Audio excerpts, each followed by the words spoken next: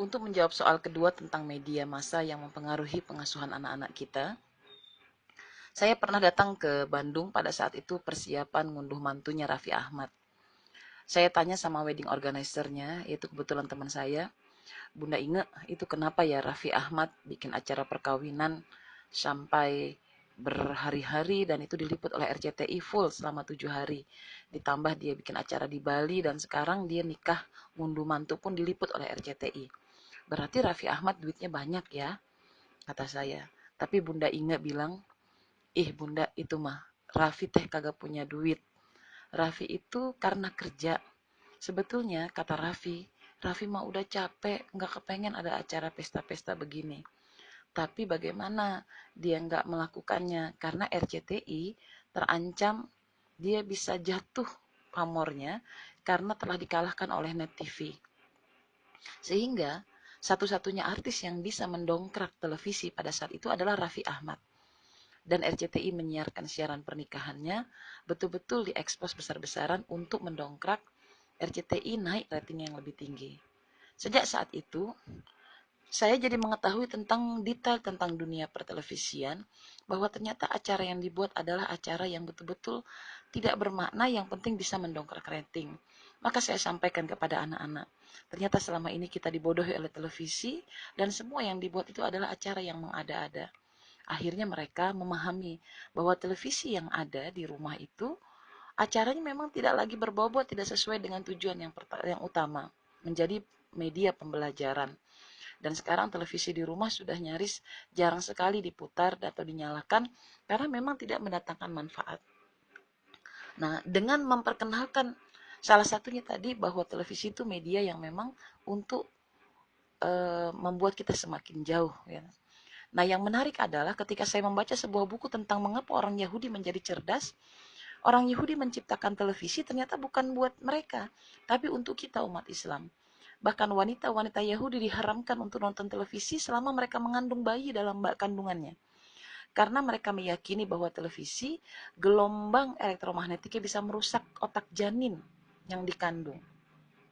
Dan setiap anak-anak Yahudi hanya diperbolehkan nonton televisi 1 jam saja. Makanya mereka menjadi anak yang pintar. Kalau tiba hari masa ujian, anak-anak Yahudi itu akan membebaskan anak-anak mereka untuk tidak belajar di dalam ruangan kelas.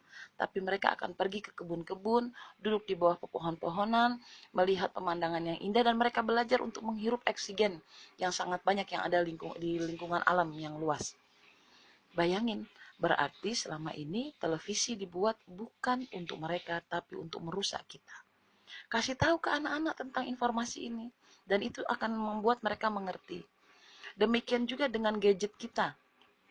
Ada Facebook, ada BBM, ada WhatsApp yang bahkan hampir menyita kita untuk melakukan update status. Padahal tujuan pertamanya Facebook dibuat adalah untuk menjadi dinding ratapan bagi orang-orang Yahudi. Tapi ternyata yang menjadi peratap di dinding-dinding Facebook, BBM kita, ataupun Twitter kita adalah kita. Dan kita menjadikan dinding itu sebagai ratapan. Artinya, tanpa kita sadari kita menjadi bagian dari orang-orang Yahudi. Walan tardo ankal Yahudu wala Nasoro hatta tatabi amilatahum. Tidak akan pernah ridho orang-orang Yahudi dan Nasrani sampai mereka membuat kita mengikuti milah mereka. Jadi nggak perlu kita pindah agama Yahudi, cukup menjadi bagian dari pengikut agama mereka. Ini yang membuat hari ini umat Islam dihancurkan. Nah, apa yang harus kita lakukan? Kembali kita jelaskan lagi pada anak-anak bahwa media televisi, media internet adalah benda-benda yang bergerak terlalu cepat. Perpindahan dari satu adegan ke adegan lain, dari satu peristiwa ke peristiwa lain berlangsung dengan sangat cepat. Ini yang akan membuat otak anak menjadi melihat perubahan itu harus cepat. Dan badannya tidak bergerak karena nonton televisi dalam keadaan statis. Di masa depan, anak-anak yang terlalu banyak terlibat dengan sosial media, maka dia akan menjadi pribadi yang enggan untuk bekerja keras. Mereka malas bergerak karena selama ini matanya mengalami pergerakan-pergerakan yang terlalu cepat.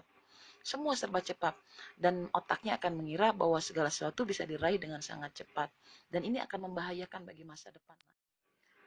Untuk menjawab soal kedua tentang media massa yang mempengaruhi pengasuhan anak-anak kita, Saya pernah datang ke Bandung pada saat itu persiapan ngunduh mantunya Raffi Ahmad. Saya tanya sama wedding organizer-nya, yaitu kebetulan teman saya, Bunda Inge, itu kenapa ya Raffi Ahmad bikin acara perkawinan sampai berhari-hari dan itu diliput oleh RCTI full selama 7 hari. Ditambah dia bikin acara di Bali dan sekarang dia nikah ngunduh mantu pun diliput oleh RCTI. Berarti Raffi Ahmad duitnya banyak ya, kata saya. Tapi Bunda Inge bilang, Bunda itu mah Raffi teh kagak punya duit. Raffi itu karena kerja. Sebetulnya kata Raffi, Raffi mah udah capek, nggak kepengen ada acara pesta-pesta begini. Tapi bagaimana dia nggak melakukannya? Karena RCTI terancam dia bisa jatuh pamornya karena telah dikalahkan oleh Net TV. Sehingga satu-satunya artis yang bisa mendongkrak televisi pada saat itu adalah Raffi